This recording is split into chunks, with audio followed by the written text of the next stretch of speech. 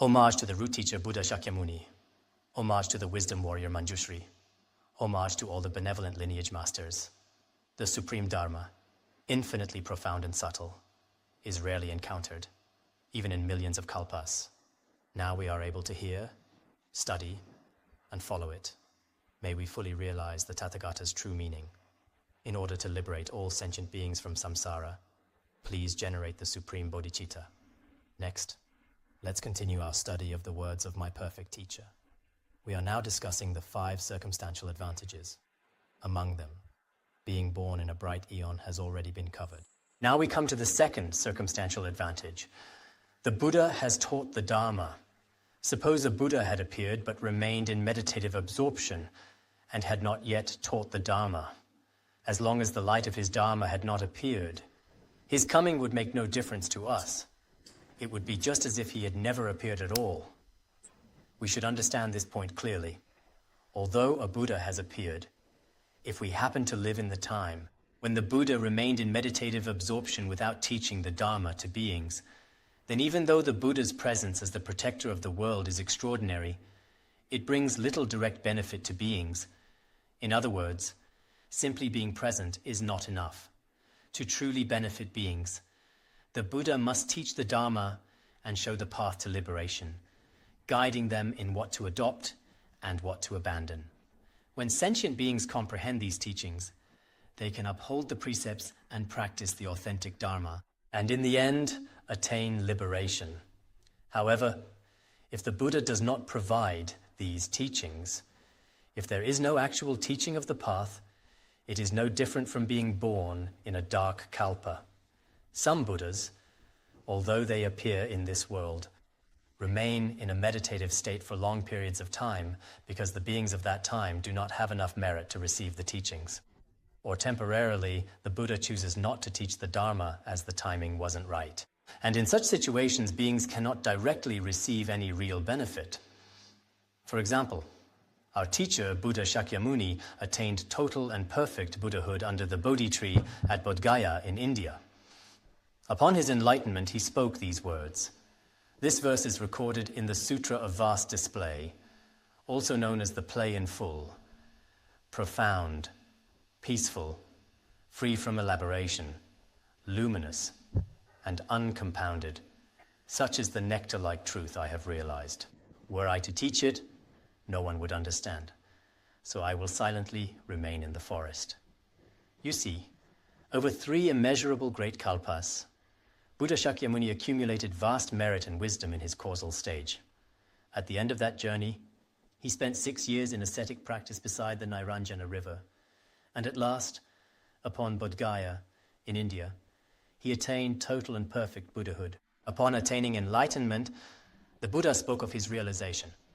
Profound, peaceful, free from elaboration, luminous, and uncompounded. This verse describes the 5 characteristics of the state the Buddha realized. Let us look at each one in turn. First, it is profound, meaning its essence is free from all appearances and forms. Second, it is peaceful. Its nature is free from all conceptual thoughts. Third, it is free from elaboration. That is, it goes beyond the extreme of permanence. Fourth, it is luminous, meaning it is free from the extreme of nihilism. And fifth, it is uncompounded, free of all extremes of existence and non-existence. The Buddha attained this sublime state with these 5 characteristics, a nectar-like state of realization that can remedy all 84,000 kinds of afflictions. However, the state the Buddha had realized was so profound, so far beyond ordinary understanding, that he initially felt no one would be able to receive it. Thus the Buddha remained in silence in the forest of Sarnath after his enlightenment, appearing, for the time being, unwilling to teach the Dharma. At first, the Buddha manifested in this way, because the Dharma was so profound that he thought no one would be able to understand it. Nagarjuna also expresses this in the Precious Garland, realizing that because of its profundity, this doctrine is difficult for beings to understand. That is, because this Dharma is so profound, very few beings can comprehend it. The Buddha, having just attained enlightenment, at first turned away from teaching the doctrine. This verse also describes how the Buddha initially did not intend to teach.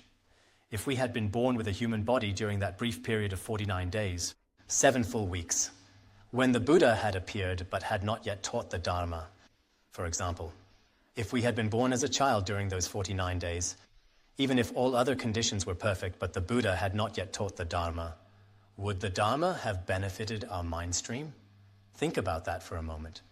In truth, there would have been no real benefit. So it is said that the Buddha indeed did not teach for the entire 49 days. That is, for 7 full weeks after his enlightenment, the Buddha remained in silence. However, what happened next was remarkable.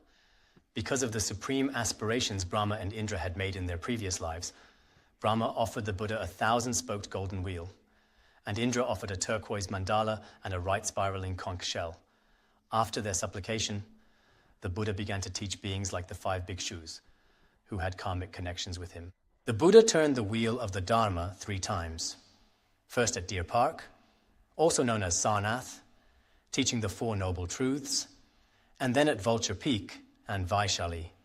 From this we should understand that even though the Buddha had appeared, if he had not taught the Dharma, beings would not have received direct benefit.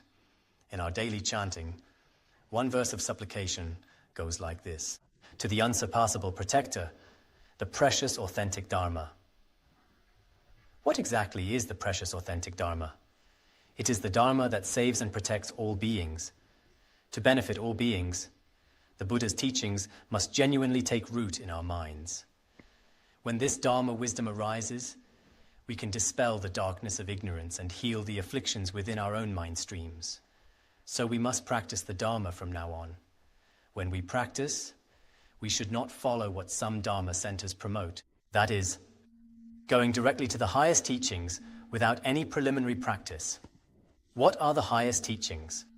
They include Vajrayana practices such as Trekcho, which means thoroughly cutting through, and Togel, meaning direct crossing. These are the very pinnacle of all Buddhist paths. However, if our own capacities are not yet mature, and we lack the solid foundation of Nondro, the preliminary practices, then no matter how sublime the teaching we pursue, it may not be of great benefit to our practice. So it is important that we contemplate each instruction in the words of my perfect teacher again and again. For example, the teaching that if the Buddha had not appeared, there would be no benefit for beings may sound simple, but there is a world of difference between knowing it intellectually and truly feeling it in one's heart. Contemplate it again and again. Ah, indeed, this precious human life is rare and difficult to obtain. Encountering such Dharma teachings is extremely rare. When you develop a profound understanding of these teachings, your mind will gradually become tamed and pacified. This is the real beginning of inner transformation. When the mind is tamed and pacified, it is like planting crops in spring. If the land has been well plowed and prepared, then regardless of whatever seeds you sow, barley or wheat, they will all sprout and grow in good time. If, on the other hand, the land has not been leveled, plowed, and watered, and remains just barren, dry earth, then even if you plant the best seeds, can they possibly sprout in such a land? It would be immensely difficult. The seeds would simply have no chance. It is exactly the same with our Dharma practice.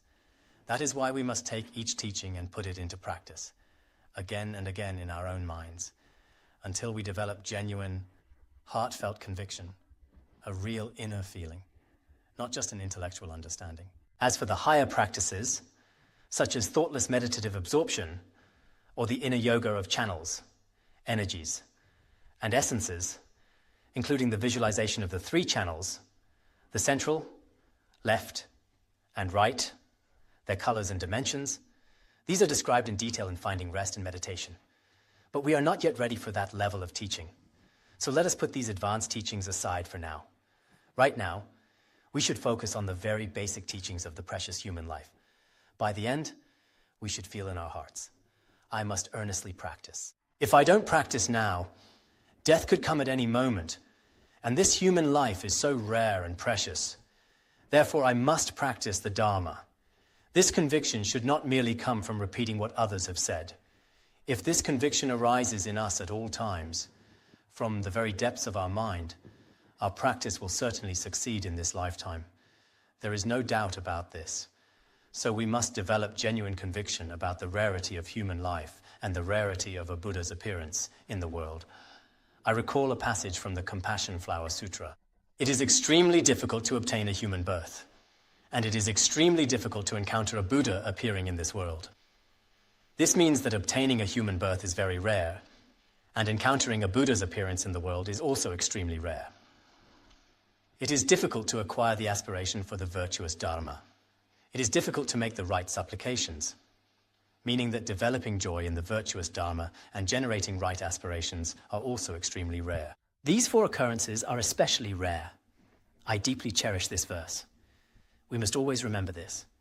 Being born as a human, living in the time when the Buddha has appeared, developing bliss and faith in the Dharma, and generating virtuous aspirations. These four factors are indeed very rare and precious in our lifetime. While I can explain this easily, and you all seem to remember it clearly, each of you remembers it perfectly and can repeat it well. Yet the real question is whether you can generate such genuine feeling after you leave this class. Through this analysis, how incredibly rare it is for a Buddha to appear in this world. Look at all those dark kalpas, and how rare it is to encounter a bright kalpa. Even though a Buddha has appeared, the duration of his teachings in this world is very brief. So in this life of mine, neither too early nor too late, I have encountered the Dharma at just the right time. This is a remarkable thing. Do you have such thoughts in your mind? If you do, it shows you have a good understanding of the Nondro teachings.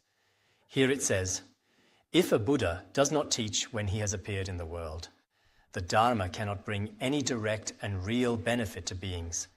This also applies to eminent masters. If eminent masters who hold the authentic teaching do not pass it on to others, then it's difficult to provide real benefit to beings. Eminent masters must also give teachings to enable beings to hear the authentic Dharma, thereby benefiting them through such communication and auspicious connections. When we speak of benefiting beings through the Dharma, it is through teaching the Dharma and such propagations that beings receive direct and real benefit. Now, speaking of actual examples in our world, some eminent masters are extraordinary, and their inner realization surpasses everything. As I often tell you, and as I also feel in my heart, many Tibetan and Han Dharma masters who lived in the same period as our precious guru, Jigme Phuntsok Rinpoche, achieved extraordinary levels of realization. We have also found many people of quite high attainment. However, perhaps due to aspirations from previous lives or some other cause we do not know, some of them neither taught the Dharma on a large scale nor took many disciples. With such dependent originations or conditions, when they came to this world, it seems their direct benefit to beings was limited. Of course, even without teaching the Dharma, the presence of such great enlightened masters abiding in this world, even just for one day, can bring harmony and happiness to the entire world. Their presence will certainly benefit beings indirectly. But if we observe whether they have directly benefited others around them, we may find that even some close followers of those masters do not seem to fully understand the masters' states of realization. And it appears that even those close to the masters have not yet attained realization. Such situations are quite common. So, if eminent masters do not benefit beings through the Dharma teachings, then for sentient beings it is no different from the Buddha himself not having taught the Dharma. For beings in this degenerate age, although the Dharma still exists, and the Buddha's teachings have not yet vanished, without a qualified teacher to give teachings and guide us, we still cannot understand the meaning of the Dharma. Let me give you a more familiar example. It is like how the Department of Education has given permission for schools to be established in various places, but without any teachers.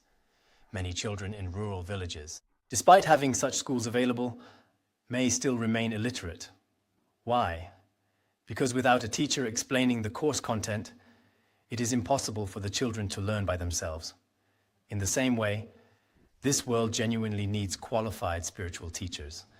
Without qualified teachers, not to mention learning the profound Dharma, even when we are learning how to drive or take up other technical work, without guidance from a teacher, we hardly know what to do properly. For instance, whether it is painting or any simple worldly skill, we also need a teacher. So, in the temples and Buddhist centers of the Han and Tibetan regions, as well as other places around the world, it is essential to have people with strong altruistic intentions, people with the heart to benefit sentient beings, to liberate beings, and to teach the Dharma. Without such teachers, these places can bring only the slightest benefit to sentient beings. Here is a well-known example. The great Venerable Smṛtijñāna was a renowned master from India who traveled all the way to Tibet because his mother had been reborn there in one of the ephemeral hells, isolated states of suffering that can manifest in unexpected places. Tragically, his interpreter died along the journey. Left alone in the province of Kham, unable to speak a word of the language, Smṛtijñāna ended up becoming a shepherd, and he passed away there without having been of much benefit to anyone. There are different accounts of this story in history. In India, Smṛtijñāna was a very renowned Mahapandita. He came all the way to Tibet to liberate his mother, who had been reborn as a frog, trapped in the stovestone of a Tibetan household. There are many beings in the ephemeral hells with different karmas. Due to differences in their karma, they may be reborn in all sorts of places, within the rocks of cliffs, or even in the sea. And his mother had been reborn as a frog in the stones of that Tibetan household stove. Through his clairvoyance, Smṛtijñāna could see for himself that his mother had been reborn into the lower realms, where she was undergoing excruciating suffering. Then he embarked on the journey from India to Tibet, accompanied by another pandita. The two of them also brought an interpreter with them, just as some masters today bring interpreters when they visit the Han region. When they traveled through Nepal and reached the border between Tibet and Nepal, their interpreter, according to some accounts, died of an acute illness, while others say it was from diarrhea. Whatever the illness was, he died on the journey. Both panditas were Indian and did not know Tibetan. So the other pandita chose to practice the yogic method of transferring consciousness, a profound Vajrayana practice of projecting one's awareness into another body, and was reborn as Rongzom Choki Zangpo, another Mahapandita. Meanwhile, Smṛtijñāna gradually made his way to the Kham region and wandered around, and he finally found that Tibetan household with the stove stone. However, despite being a Mahapandita, he could not understand any Tibetan without an interpreter after arriving in Tibet. So he had no choice but to work as a servant for that family. At the beginning, the family did treat him as a servant, making him herd sheep every day. There was an unkind woman in the family who would sometimes use the venerable pandita as a cushion while milking cows. How unfortunate, a great master being treated this way, simply because those around him lacked the merit to recognize who he was. This situation continued for a long time. Ironically, this family did follow Buddhism, and they often traveled around looking for teachers. While living in that household, the Venerable Smṛtijñāna composed several poems, which were previously included in the Tibetan grammar. I somewhat recall a passage that goes, "The bright moon is in a person's house, but that person is not aware of it. Instead, he is looking for a water moon elsewhere. The meaning is that a true qualified teacher, myself, Smṛtijñāna, an Indian Mahapandita, is already in your home. But you do not recognize my qualities. Instead, you continuously search for lesser teachers who are merely like reflections of the moon in water." So they did not know about Smṛtijñāna, and they continued like this every day. His life in Tibet was very difficult because he could only live as a servant for them. There are two accounts regarding what happened to Smṛtijñāna later. One says that when he was about to leave, through his clairvoyance he knew that, a nearby mountain was about to collapse. He warned the people in the village, "You had best leave this place today. Otherwise, it will be very dangerous. This mountain is going to collapse." The woman in that Tibetan household later realized that his manners were somewhat extraordinary and beyond those of an ordinary person. So she listened to him and loaded her belongings on the back of a yak and left the village with Smṛtijñāna. The other villagers did not believe him, thinking, "That illiterate person can barely speak Tibetan. He must be talking nonsense." However, that mountain did indeed collapse very soon, burying the entire village. It is said this happened at a place called Dengkok, near Circumstantial County. I have previously visited Dengkok, and they say the crack where the mountain collapsed is still clearly visible today. So this is one account of the story. The second account is that a translator disciple named Chel Lotsawa, Yungne Giltsen, learned of his whereabouts and invited him to teach in a monastery, where Smṛtijñāna provided teachings to a smaller group and passed into parinirvana. This is yet another account. In fact, Smṛtijñāna was born around the junction of the periods of the earlier dissemination and the later dissemination of Tibetan Buddhism, and he was the teacher of Atisha. In addition, according to historical accounts, such as the Epic of King Geza, Smṛtijñāna was also the teacher of King Geza. He was indeed a very renowned pandita. By any measure of his life and legacy, he was widely renowned.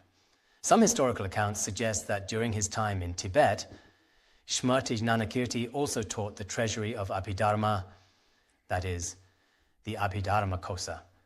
He also taught some Tibetan grammar. It is said that some of his handwritten scriptures are still present today in that region. Even though Smṛtijñāna was such a highly renowned and accomplished master from India, when he came to Tibet, he did not give teachings. Without him giving teachings, even the household he stayed with every day received little benefit, let alone the entire Tibetan land. It was also said that when he was about to leave, the family wanted to pay him a wage for his long service as a servant. When they offered payment, he refused and only requested their stovestone. The family was happy to oblige. After all, it was just a stone to them. Smṛtijñāna then took the stone to another place, where he washed it, made a lamp offering, and recited supplications. In the end, not only his mother, who had been reborn as a frog, but also countless bugs clinging to and consuming the frog, were transferred to a pure realm. He accomplished the mission of coming to Tibet to liberate his mother. But other than this, he did not benefit beings on a larger scale. Later, when Atisha arrived in Tibet, and there are different accounts of exactly what happened, when he visited that same Tibetan household where Smṛtijñāna had resided, he discovered poems written in Sanskrit. He immediately recognized the writing as remarkably similar to the style of his Indian teacher Smṛtijñāna. It was so similar that he wondered why. Upon investigation, he learned that indeed his teacher, Smṛtijñāna, had been here, but he had not been able to benefit sentient beings by propagating the Dharma. At this point, Atisha cried out, "How sad! Tibetans, your merit is weak. Nowhere in India, east or west, was there a pandita better than Smṛtijñāna?" Speaking of India, that vast and expansive land, across its entire eastern and western regions, there were tens of thousands of panditas, as countless as the stars in the night sky. Among all these panditas, no one could match Smṛtijñāna in every aspect. In wisdom, accomplishment, practice, and discipline. Yet the Tibetan people had so little merit to speak of. And yet, despite all this greatness, such a pandita was used as a cushion while the cows were milked. The Tibetans of that time really failed to recognize such a great teacher. Would you not say? At that time, Atisha was deeply saddened by this. It is said that when Atisha was about to pass into parinirvana, he exclaimed, "Because the merit of the Tibetan people is so weak, if I were to die here, The entire land of Tibet may not be able to bear the weight of such a master's passing, so I had better return to India and enter parinirvana there. Later, some people around him said, the land of Tibet can bear it. For example, the great Shantarakshita passed into parinirvana in Tibet. Atisha then replied, although Shantarakshita upheld pure precepts, in terms of wisdom he certainly cannot surpass me, so he and I are not the same. Some then said, it should be fine for you to pass into parinirvana in Tibet. The incomparable Padmasambhava also departed from Tibet to the realm of Odhyana. If he could manifest to disappear from here, then you should be able to as well. Then Atisha replied, although Padmasambhava achieved incredible accomplishment, in terms of wisdom, he certainly cannot match me. No, I still cannot pass into parinirvana in Tibet. Then some said, it should be fine. The eminent masters such as Smṛtijñāna, the one just mentioned, were extraordinary, and he too passed into parinirvana in Tibet.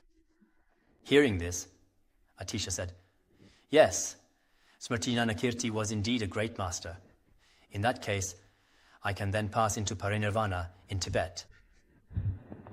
This is also one account of the story. Continuing the story here, when Atisha saw the poems written by his guru, he could no longer hold back his emotions. He placed his hands together and wept. The merit of beings at that time was so limited. Some did not even know to request teachings, and when a teacher was present, there was no interpreter. All of this came down to insufficient merit. Sometimes having a language barrier can be rather troublesome. Although some teachers are extremely remarkable and compassionate, their students simply cannot understand what is being said. Once a lay practitioner told me, my guru is very kind. Every time, he is all smiles, and I am moved to the depths of my heart. But when he keeps talking, I have no idea what he is saying. So we can see, even when some teachers are very kind and compassionate, they simply cannot communicate with their disciples. When our precious Guru Jigme Phuntsok Rinpoche first began teaching Han monastics at Larungar, there was no simultaneous interpretation. Occasionally, when Jigme Phuntsok Rinpoche made a joke in the great assembly hall, all the Tibetan monastics laughed aloud, while the few Han monastics just looked around, glancing left and right, with no idea what people were laughing at.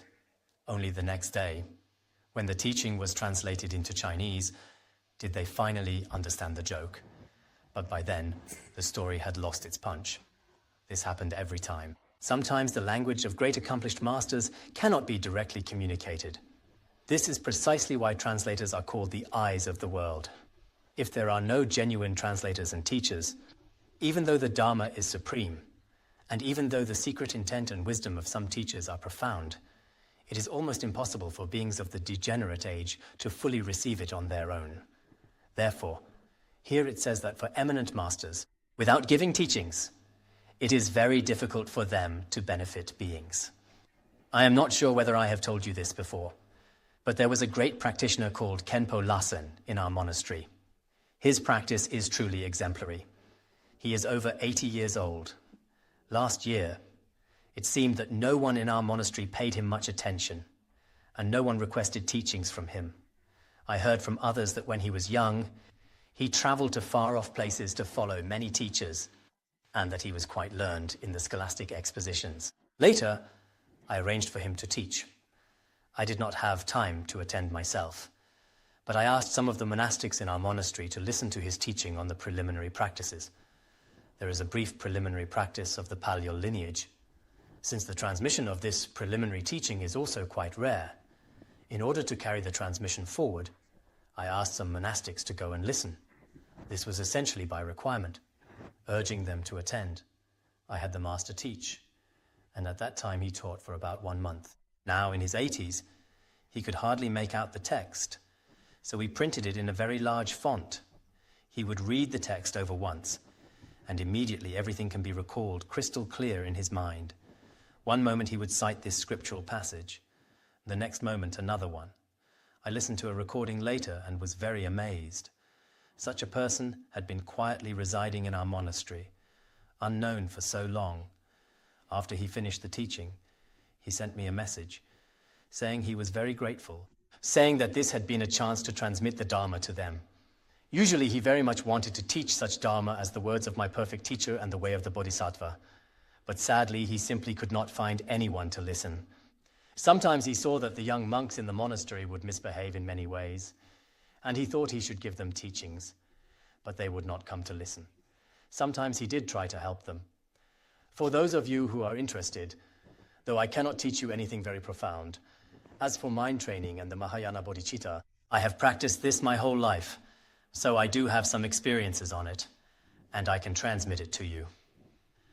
But none of those young monks came to listen.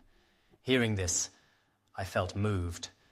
There may still be many senior practitioners in this world whose minds hold real compassion, loving kindness, and very fine states of realization.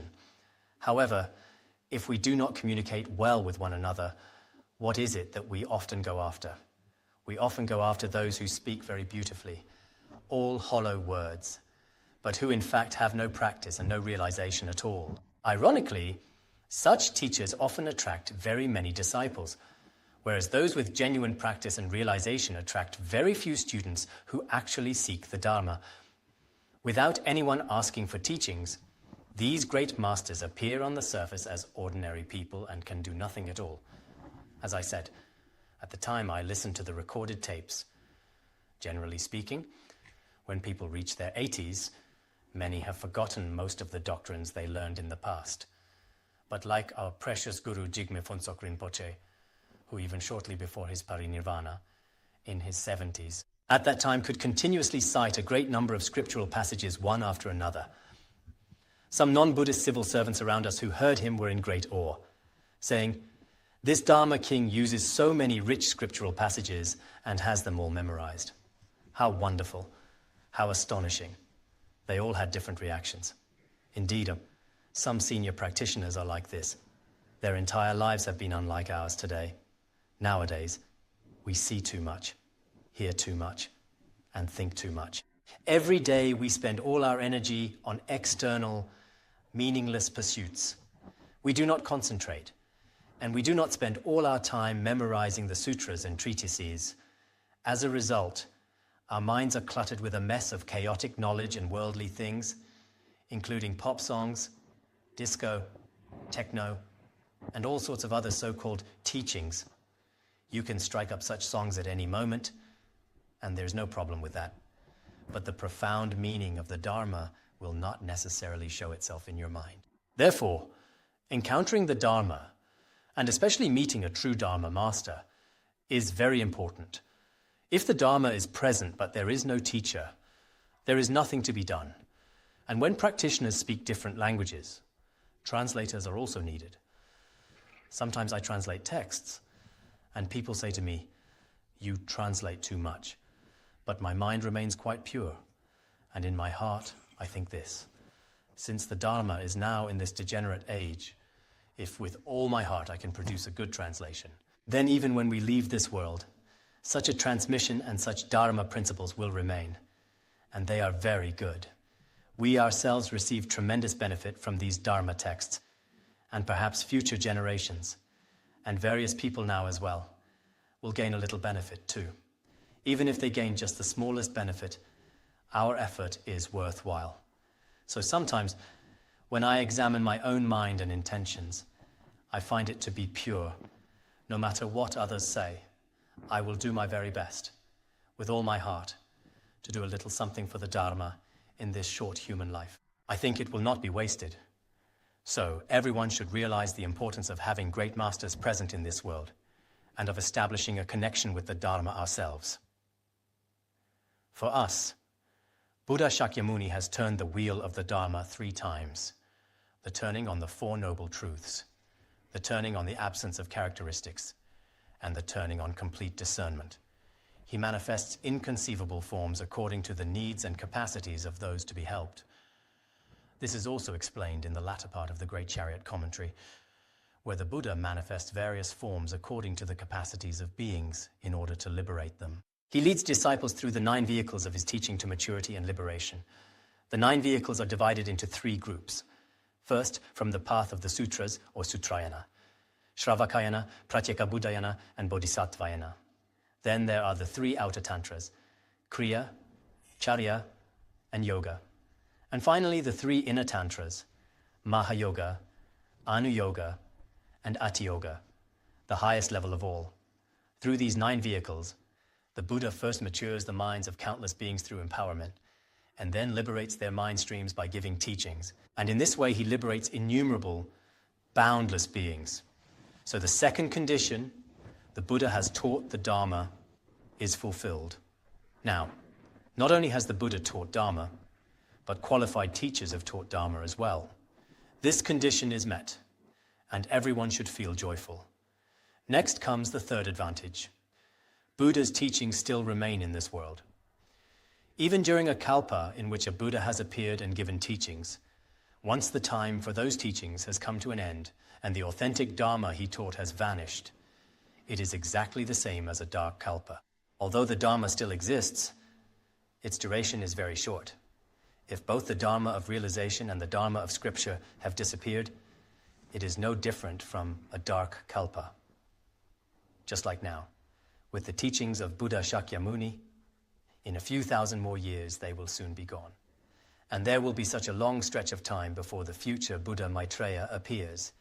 If we were to be reborn during that period, even though we live in this good kalpa, it would in fact be no different from a dark kalpa at all, because the previous Buddha has passed into parinirvana, and his teachings have disappeared, while the next Buddha has not yet appeared. The period between the disappearance of one Buddha's teachings and the next Buddha's teachings being given is described as an age devoid of Dharma. This is truly frightening. Indeed, my Dharma fellows, we must contemplate again and again that our coming to this world this time was not at all easy. Sometimes, when we see the bustling crowds of people on the streets, none of whom practice any virtuous Dharma, deep compassion naturally wells up in our hearts. How pitiable they are. This time we have such a fine opportunity, with the door of the Dharma standing open over the long term. Those with karmic connections or affinities can enter the gate of Buddhism at any time. But those without such affinity have no way in this time either. If we do not study and practice during this brief moment, when will we ever have the time again? It would indeed be tremendously difficult to have such an opportunity again. During the age devoid of Dharma, in that period, apart from a Pratyeka Buddha appearing in a fortunate realm where beings have adequate merit, there is no teaching, study, or practice at all. Such things simply do not exist. When the previous Buddha has passed into parinirvana and the next Buddha has not yet appeared, occasionally a Pratyeka Buddha will appear, as stated in the root stanzas of the Middle Way.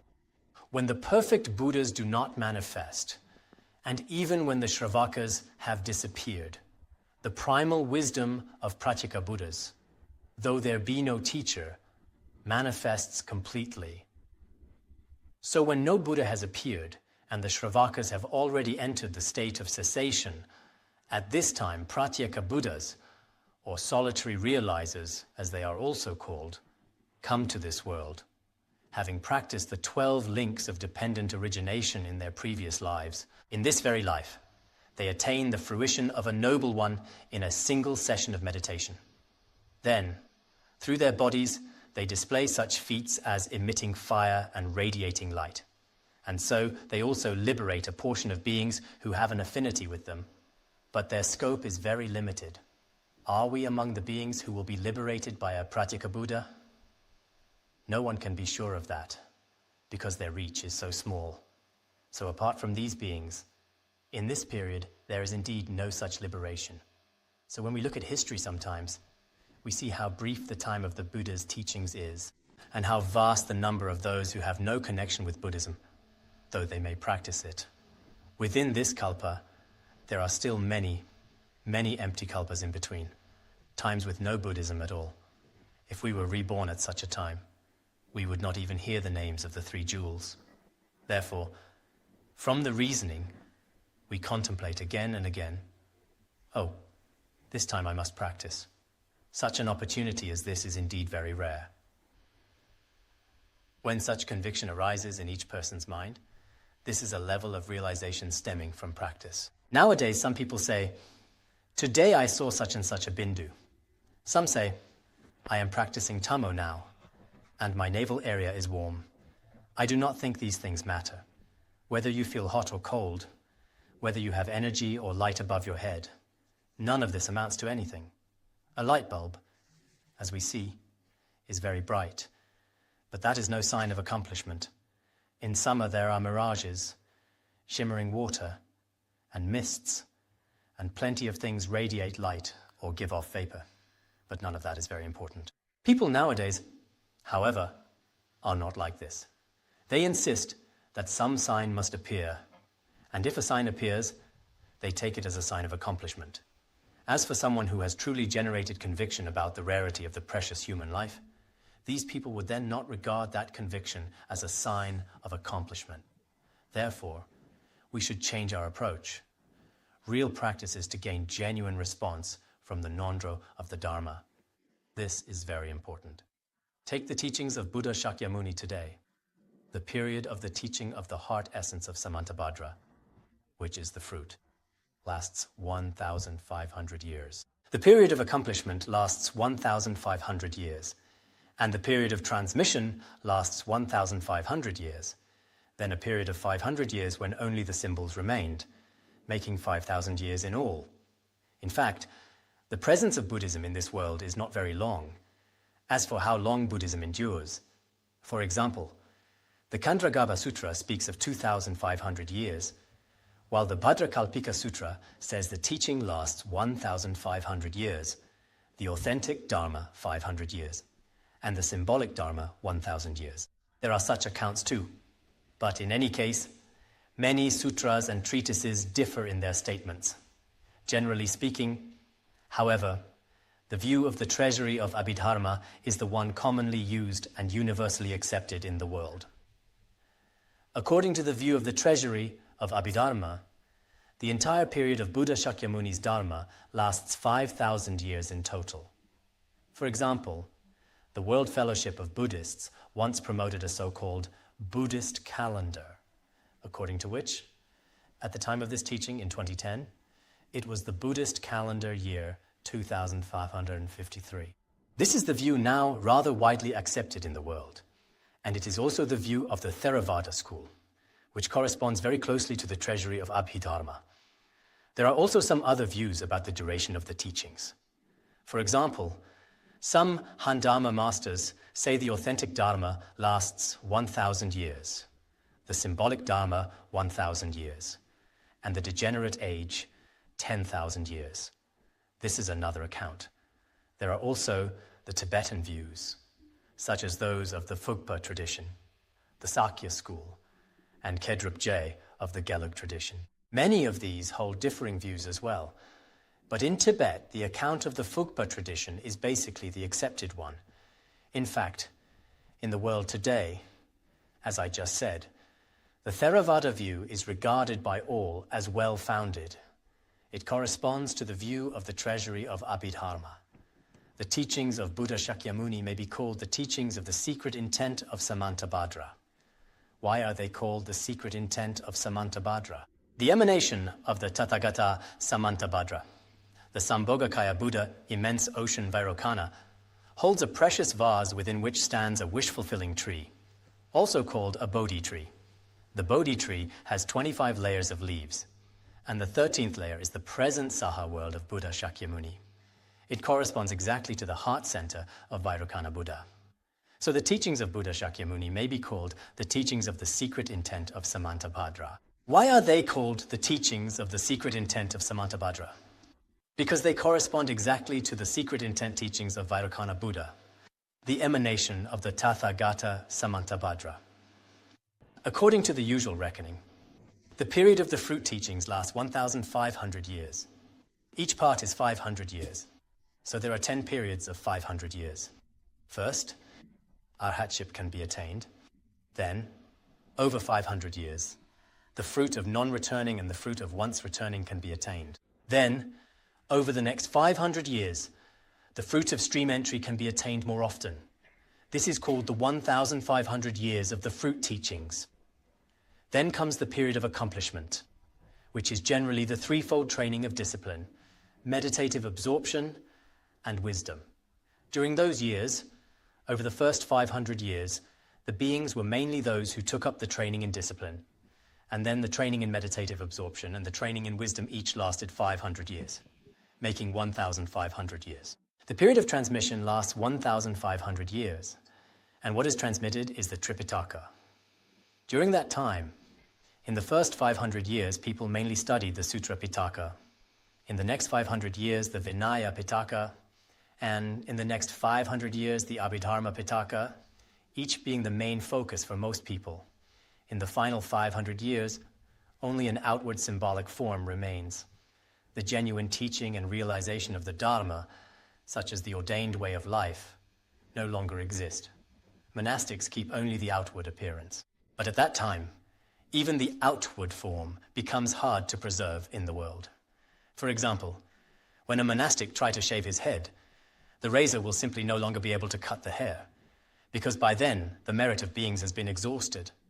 And though the robes are meant to turn saffron and burgundy red, no matter how one will try, the dye will not take. Such occurrences will happen. So this final stage is the period when only the symbols are retained. Some Dharma masters say that the period when only the symbols are retained has already passed, and that we are now in the degenerate age. But we believe that the account of the treasury of Abhidharma is more correct. Why? Because at first, during the period of the fruit teachings, when the Buddha was in the world and for a time after he had left the world, a great many people attained the fruit. When we read Sutra of 100 Karmic Stories and the Sutra of the Wise and the Foolish and many other sutras, we see that as soon as the Dharma was taught, people immediately attained the fruit of an arhat or the fruit of stream entry, remarkably fast. Once a Dharma friend asked me why attainment was so fast back then, saying, "I too wish to attain arhatship at once. Could you please transmit to me a teaching on the Four Noble Truths?" I said, "That is certainly not possible now, since this is not the period of the fruit teachings. After another 1,500 years came the period of accomplishment, when most people mainly cultivated discipline, meditative absorption, and wisdom. We can see this as well. When I read the biographies of eminent monks from the Han region, from earlier times such as the Tang dynasty, and some Tibetan histories, I feel that in the Han region there were countless accomplished masters in the Chan and Pure Land schools. In Tibet as well, within many lineages such as the Nyingma school, there were a great many who attained the rainbow body and flew to the pure realms. Now, as the degenerate age deepens and we approach the time of only the outward symbols, fewer and fewer people attain accomplishment. But we have not yet reached the period when only the symbols are retained, for the teachings still exist. Because people still receive and uphold the doctrines of the sutras, the Vinaya, and the Abhidharma. When we practice now, compassion and bodhicitta can arise in our mind streams. All of this is entirely possible. Therefore, the true degenerate age has not yet arrived. Of course, compared with the beings of the earlier good kalpa, the beings who lived when the Buddha was still here in this world, our capacity now is still inadequate, so we must understand that there are 5,000 years in total, and that we have now reached the 3,500th year already, or nearly the 4,000th year. This is according to the calculations of the Phugpa tradition. Of the 5,000 years that the teachings of Buddha Shakyamuni remain in the world, over 3,500 years have now passed. That means the period of accomplishment has ended, and we are within the period of transmission, or nearly at 4,000 years. If we are near the 4,000th year, there are still 500 years left of the transmission period. After that, essentially nothing will remain. So we have arrived in this world just 500 years before the end. If we had come to this world several dynasties later, Buddhism would probably no longer be like this. Indeed, it would not. So, within the long wandering of samsara, we are now fortunate enough to have encountered these teachings. Perhaps a person of wisdom would reflect that this is extremely difficult to come by. Although at present we are in an age of rampant 5 degenerations of time, beings, lifespan, views, and afflictions, still the Dharma of transmission and the Dharma of realization have not completely vanished. They remain present in the world. This shows that the authentic teaching, the sacred Dharma, is fully complete for us. Now, beings have indeed met with a true age of the 5 degenerations. First is the degeneration of time. For in this age, the wealth of beings is unstable, facing all sorts of crises day and night. One moment it is a global economic crisis, the next a financial storm, and so on. Every day, one moment fierce winds blow, the next torrential rains fall. Although on the surface people gain some bubble-like profits in the economy. In fact, these are uneven. And after some time, it is very possible that people will return to conditions like those of the 1950s, or something of that kind. Many of the worldly wealth is as unstable as dew, and this is called the degeneration of time. Then the degeneration of beings. The bodies of beings and their merit as a whole grow weaker and weaker. In the Buddha's time, or even earlier, people's height and overall physical strength were very good. Now, some of our practitioners find their bodies failing more each year. In winter, their breathing grows more and more labored, and climbing mountains too. 2 years ago, I could spend the winter at Larunga without any problem. But now, as the time grows ever more degenerate, I can no longer manage it and cannot stay through the winter. This shows what is meant by the degeneration of beings. Next is the degeneration of lifespan. In the Buddha's time, the human lifespan was 100 years. But now when someone lives to 100, people are surprised and exclaim, here is a 100-year-old person. Many journalists come with their cameras and video cameras and start clicking away, because to them, a person who lives to 100 seems a marvel. Nowadays, when we reach 50 or 60, we already feel it is about time to pass into parinirvana and start getting ready, as if we had already lived long enough. This is the degeneration of lifespan. In earlier times, when the human lifespan was 20,000 or 80,000 years, people lived a long time in the world. But good times never last long. So now beings have fallen into the degeneration of lifespan. So this is what the degeneration of lifespan is like. Then there is the degeneration of views.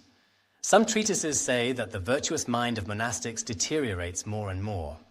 In the past, monastics upheld the precepts of their own accord, never departing from the threefold training of discipline, meditative absorption, and wisdom. But now it has indeed come to this. There is a sutra called the Sutra of Resolving Doubts during the age of the Semblance Dharma, which speaks of this at length. For instance, the Buddha said, "Sons of noble family, 1,000 years after my parinirvana, unwholesome ways will gradually arise." This means that 1,000 years after the Buddha's parinirvana, many features of the degenerate age appear among monastics. For example, some monastics have not practiced meditation, yet they deceive themselves to believe their own meditative skill is excellent and proclaim their meditation before others. Some do not understand the doctrine at all and cannot explain the Buddha's scriptures, yet they fabricate their own or explain things carelessly and even believe they are teaching brilliantly. That's what it will be like. There are also monastics of the degenerate age who abandon their practice and become entrepreneurs to make money, and so on. When monastics decline in their motivations in committing virtuous deeds, this is called the degeneration of views. When householders decline in their practice of virtuous dharma, this is called the degeneration of afflictions. Of course, there are different ways of explaining this. For now, this is how we explain it. Although the age of the 5 degenerations is extremely rampant, the Dharma of Scripture and the Dharma of realization have still not vanished. Therefore, we have now encountered a time when the authentic Dharma still exists in its entirety, and we must ourselves practice the virtuous Dharma. In fact, anyone can do this if they use their time well. Today around noon, a Tibetan Lama came to see me. He's around 79 years old. He was once a friend of my father's and later took ordination. He told me about his practice over these years, spanning some 10 or 20 years. By yesterday, he had recited the money mantra a full 300 million times. Today, in front of me, He made an aspiration to recite another 100 million. He said that after the new year, he would turn 80. I asked, how many years did it take you to recite 300 million Mani mantras? He said, a full 17 years.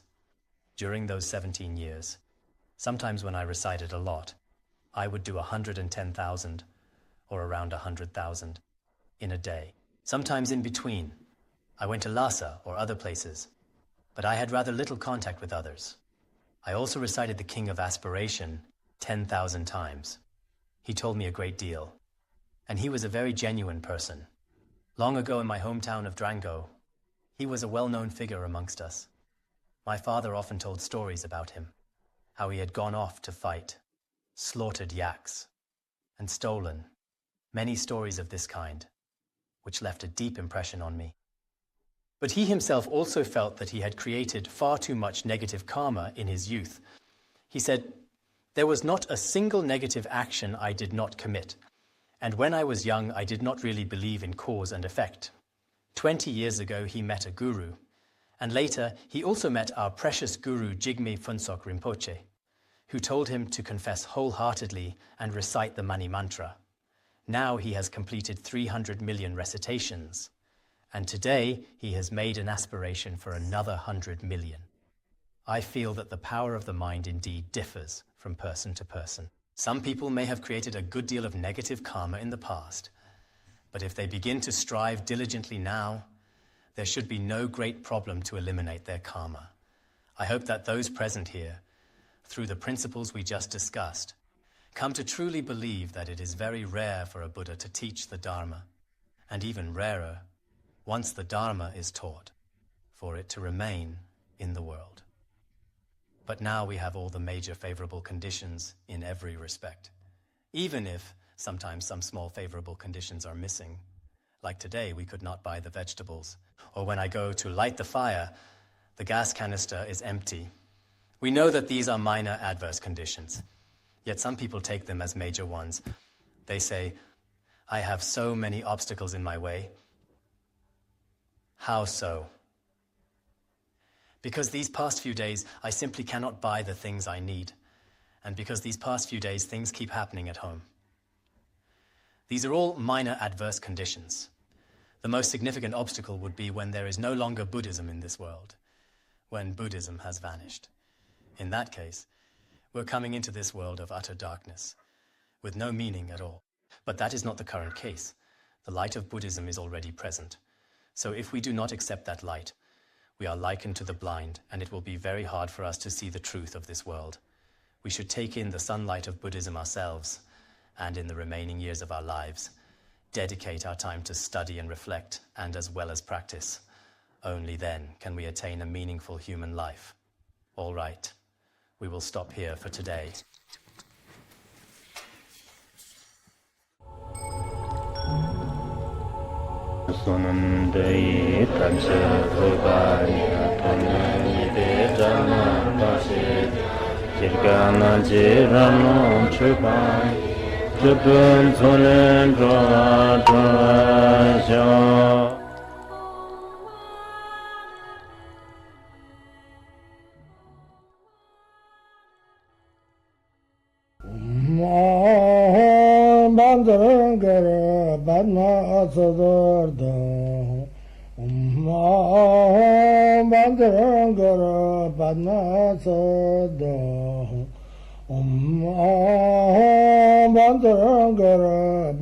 Bandara